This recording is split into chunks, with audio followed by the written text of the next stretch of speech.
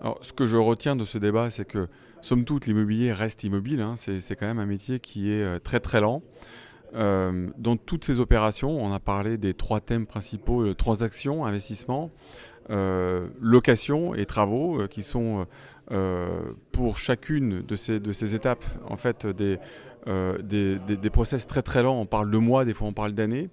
Et donc effectivement, c'est quelque chose qui pénalise beaucoup et qui ne rend pas service à la classe d'actifs immobilière.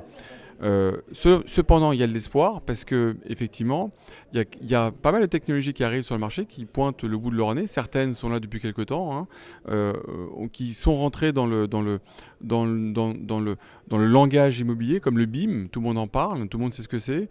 Tout le monde ne l'utilise pas encore, ça va venir, mais c'est déjà dans le langage courant.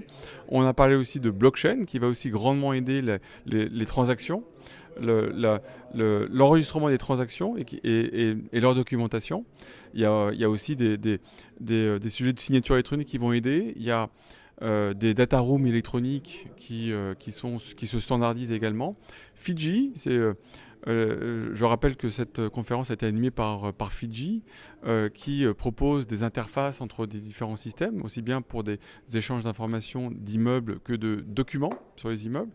Et je dirais sur la fin, il y a aussi de l'espoir sur tout ce qui est législation, en fait, notamment avec l'exemple de la loi Elan qui va permettre de remplir des permis en ligne, ce qui n'était pas possible jusqu'à présent. Et pour ceux qui remplissent des permis, c'est extrêmement fastidieux, c'est beaucoup de temps, c'est beaucoup de moyens. Et in fine, c'est un sujet qui n'a pas évolué depuis très longtemps. Donc là, la loi Elan nous permet de le faire en ligne. Alors c'est pas encore tout à fait prêt, mais au moins la volonté est là et ça donne de l'espoir pour le futur.